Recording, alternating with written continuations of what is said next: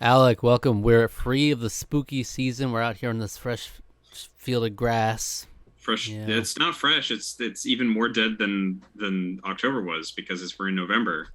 But we got to No, talk about all the cute fall stuff we did for I October, couldn't right? have fit. I couldn't have picked a less fitting background for this Really, occasion. what did you? I It don't was a see it green field of obviously, but grass. why? Why did you pick that? Why did Just you like a pick that? I random don't background. understand. Usually the background is like a random design or a color. You should have So like fall. You should have like a I fall know, color. I don't I know. understand. It's It's too kind of late. weird. Well, yeah, it is It just now. doesn't match. Now we'll have a. When we get to summertime, I'll have snow. It'll be You great. mismatcher. Mismatcher. This is a series where we talk about our favorite things from the previous month. Mm-hmm. We each bring three to the table. Mm-hmm. And also, we should disclaim that this does not include anything we've talked about on Tarqaron specifically as well. Because if it Mm. did, Midnight Mass would be up there for me. Probably my favorite thing of the month. Yeah, it would. Yeah, it'd be up there for me too. It's definitely a highlight for sure. That is something indeed. But this includes But only things that we aren't able to talk about more in depth on the yes, channel, yes, or that maybe not necessarily both of us have even experienced. So yeah, most of the yeah, time, it's not. yeah. Most of the time, it's usually just the solo kind of like this is what I did, and we Hmm. get to talk about it, and that's the fun. We just talk about stuff we don't normally get to, just So due to what our you schedule. got? So, What you got for me? which I got. Well, let's start things off. My housemates have been doing like sort of like board game weekends or a board game like on Sunday. They invite because the house that I'm staying in, we're actually renting from a church that's right next door. And so I think as part of a sort of like good faith thing is of what they're doing is that they're like hosting people for events over here, and their event has been board game like afternoons, like where you just come out over a couple hours. I played a game that I greatly enjoyed. I look forward to playing it hopefully a lot in the future because I really liked it a lot, and it's called Century. Hmm. Specifically, the version we played was Century Golem Edition. Um, it's just it was just a very fun sort of designer board game. It's kind of an engine builder kind of board game for those people that are kind of in the know of the terminology. But basically, it's like you are every turn you have like ability cards that you're able to use to gain a certain amounts of gems and certain like colors of gems. Basically, what you're doing is you're working towards using the stuff that you're collecting to purchase or to use it to redeem basically to get golems. And so the first person, I think it's like you end the game. I think it's the first person that gets five of them as the game goes on. You drawing cards you're to use to continue your sort of engine, the mining, all the machinations that you're doing. It's a fun game. I really liked it a lot. I can see like looking back because it was the first time I played it, so I was thinking about the game maybe a little too like I'm specifically going to do this and not like trying to strategize as much as I can. But there's a lot of strategy that can go into playing the game, and so that's one of the reasons why it just seems almost endlessly replayable to me, just Hmm. because of how varied even just the one game can be. So um yeah, I mean, one of my housemates is just like he collects board games basically. Like he has probably like over 100, easily over 100. I don't know how many I would say he has, but there's lots. So um, always up for him introducing us to something, or not even him. It wasn't even him that introduced, but just having them around and being introduced to sort of new experiences is always fun. So Yeah. Well, a game I played for the first time that's been around for years, and it was like a big viral game for a while. It's Keep Talking and Nobody Explodes. it's a good game. That's a good I one. I played it. Yeah, it's fun. Yeah, I played it with my brother. Mm-hmm. I did so far. we'll probably play it through all this way. We might play it through the opposite way next time. But so far, I'm in the manual. He's playing the game, so that's fun. It's really a fun experience when you have the physical thing in front of you to work through. It's fun. So yeah, if you don't know what Keep Talking and Nobody Explodes is, it was generally designed to be played in VR. We don't have VR. We just played it on PS4, but like he gets to see the screen, I don't. So I'm just kind of facing the opposite way, and like I'm the only one able to see the manual while he's managing the bomb, and so you have different instructions for different parts of the bomb, how to defuse it properly, and it's fun. It's fun. It's getting more and more challenging. We're pretty close to the end of it, but it's a fun time. It's pretty. I like those kinds of gaming experiences that are like a little more unique too, and they play with like outside elements to not just in the game. Those are cool. It is pretty cool. Yeah. Yeah. That's about it though. That's about it. Yeah. I actually played it on a friend's Let's Play channel a long time ago. That I don't think that video even exists anymore. So too bad.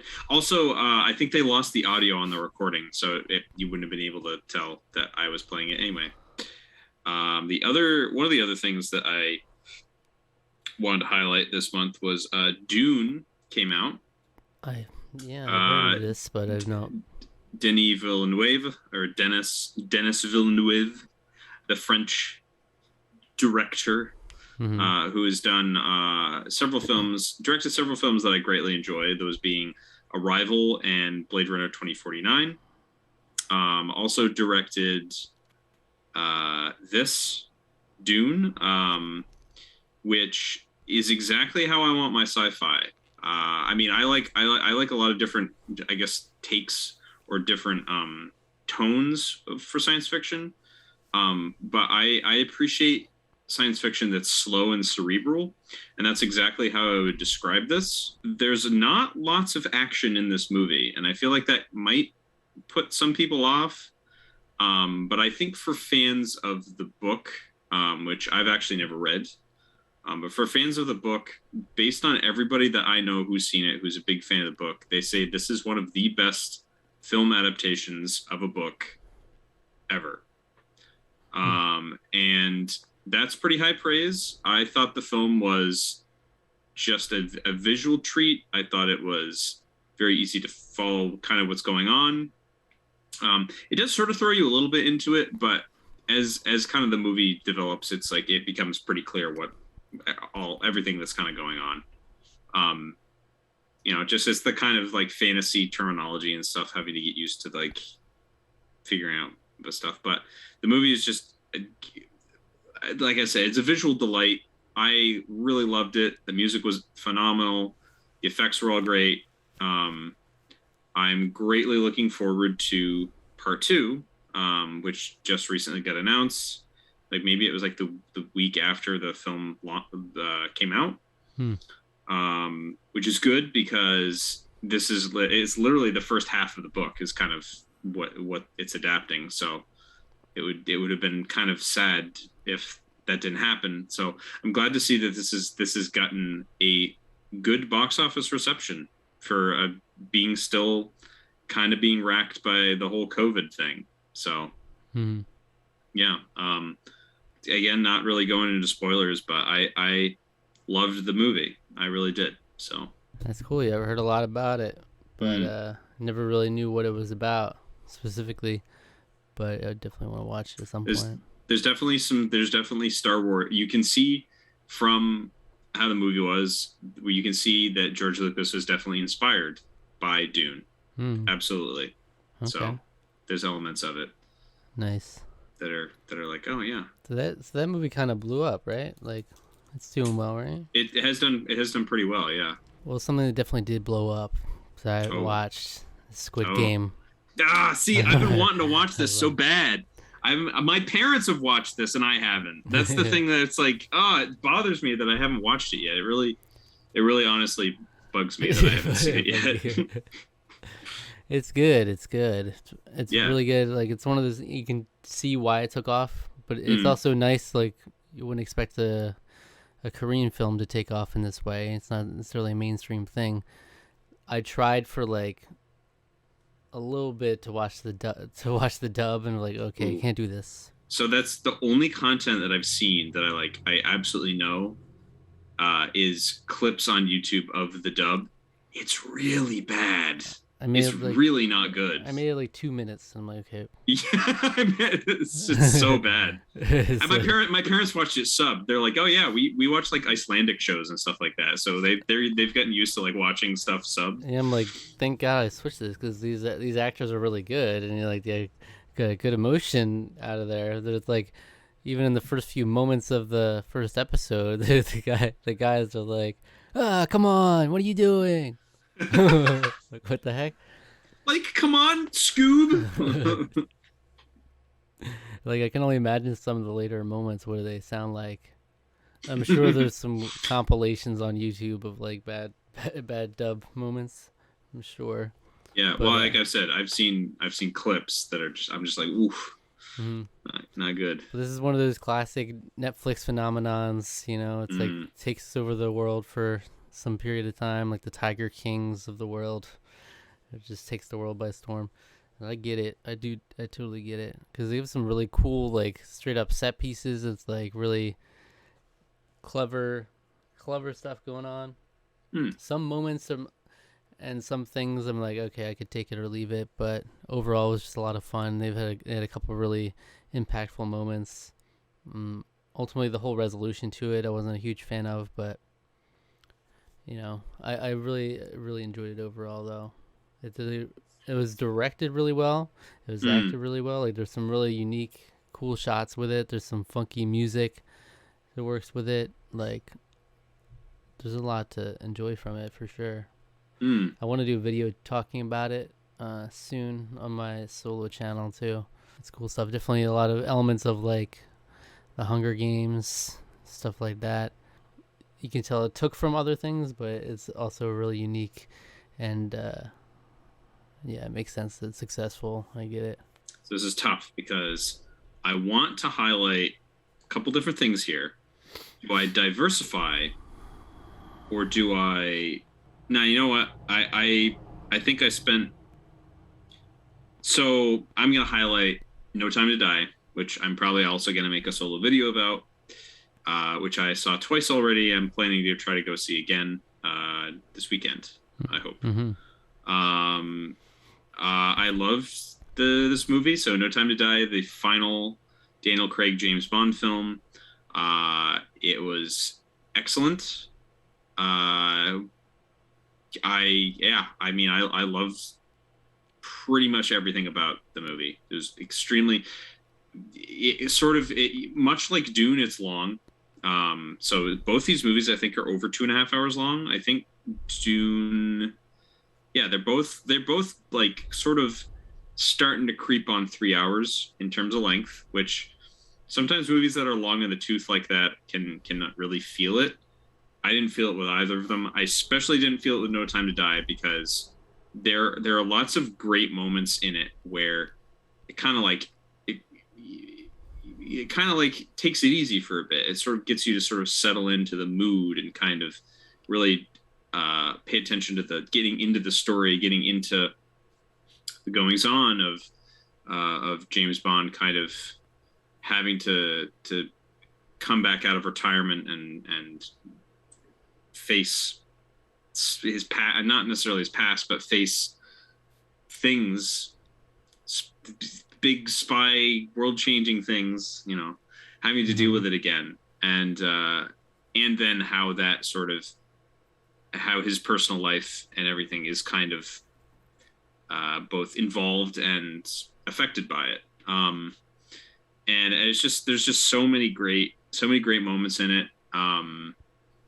There's so many set pieces that I want to talk about that I think I'm probably going to save it for another video. But I do yourself, if you've ever seen a Daniel Craig Bond film, like, you should go see this movie. It absolutely deserves a watch. I think it's a very positive theater experience as well. So action's great, story's really good, acting's awesome, as they have been in every Daniel Craig Bond film, which is great to say. You go back and watch some of the older ones, the acting can be a little corny and campy and sometimes just flat out awful from some of the supporting cast, but it's never been bad in these films. So, and this is like a nice crowning sort of achievement to sort of,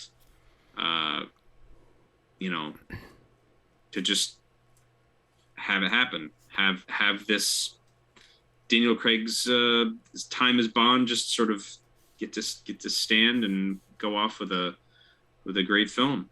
It's good job. Good on them. Is the public in agreement with you? On from what I've been able to tell, yes. I mean, it does have a very good. The box office hasn't like dwindled, even after where it's been out for close to a month now. I think it's still making money. Like it's still in theaters and stuff. So, it seems to have been pretty positive from based on what I've gathered. I mean, there's always going to be naysayers. There's people that haven't liked a lot of the Daniel Craig Bond films, and but this one seems to was received fairly well publicly from what I've been able to gather. So nice. Yeah. The most I know about it is that Billie Eilish did the theme. I heard the theme. Yes, and that theme deserves all the awards that it's already gotten, and all the awards it probably will continue to get. It's great. So yeah, it is. All right, the last thing I want to talk about is the Jackbox Party Pack. I mean, hey, it's great. Jackbox Party Pack's great. So I went recently. I bought all of them. You just all of them? 1 through 7. Wow. And there's an 8th one that just came out recently too. I haven't gotten it. But I didn't know that. I mean, I've gotten so much out of them. Like we do our game nights with a group of friends from work. And so we've gotten so much out of it. Like we've only gotten up to just starting Jackbox Party Pack 5, and we've already done a couple of game nights out of them because there's 5 games in each pack, and generally we only play each one once or twice just to give each one a try, and still you get a lot of time out of it. And we got a good group of 7 or 8 people at a time most of the time, so it's good. If you have a fun group, it's perfect. You can have fun with most of the games. A lot of fun. What's the what are some of the the standout favorites, I guess, for the group? So again, for the most part we just do one at a time. We've been been trying each one, but they really like the Quiplash. Quiplash is my favorite easily. Fibbage is a good one. Fibbage is fun too, yeah. I also really like the one in the 5th pack. I forget what it's called. Madversity. It's one where they have the robots that you rap against each other. You do rap battles. Oh yeah, that one is fun. That was a lot of fun. Yeah, that one is fun. It was a lot of fun. I kicked their asses in that one. Yeah, that's what I'm talking about. But it's awesome because most games, you don't read out the stuff like that. That actually reads out everything you say. So whatever ridiculous stuff you put in there, it'll read it out in the little robot voices. So it's great. Yeah, that one's fun.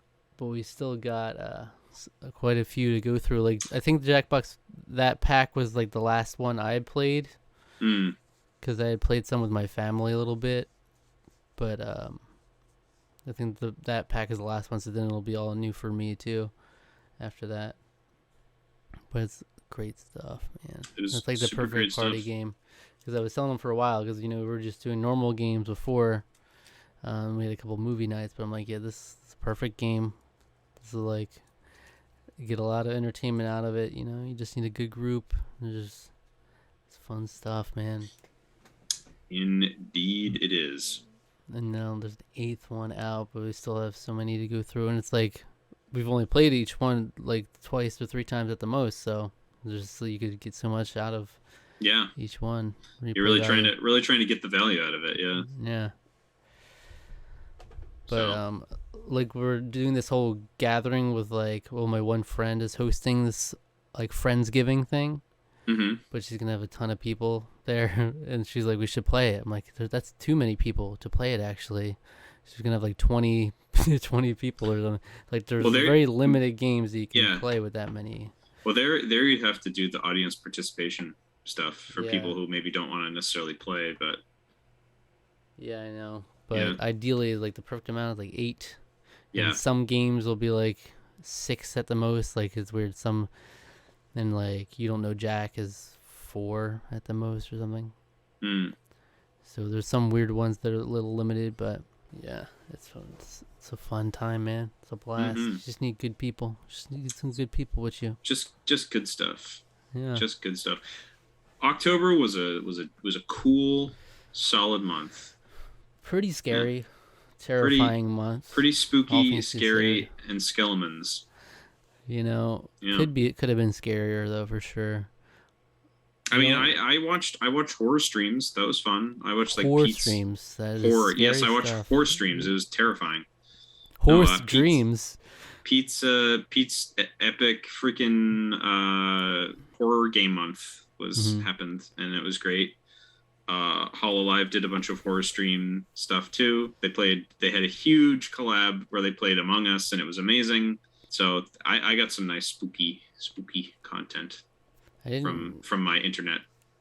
I meant to watch some more scary stuff and scary movies and stuff like that. I ended up not really having time to, outside of the little bit of stuff we did for Tarqaron. But Midnight Mass, I'm grateful for that. All right. Well, Zach, where should the fine people go? What should they check out after they finish up here? Well, they should check out a review of Shrek the Third. I'm going to talk about something scary. It's pretty scary. Yeah. Scary high school.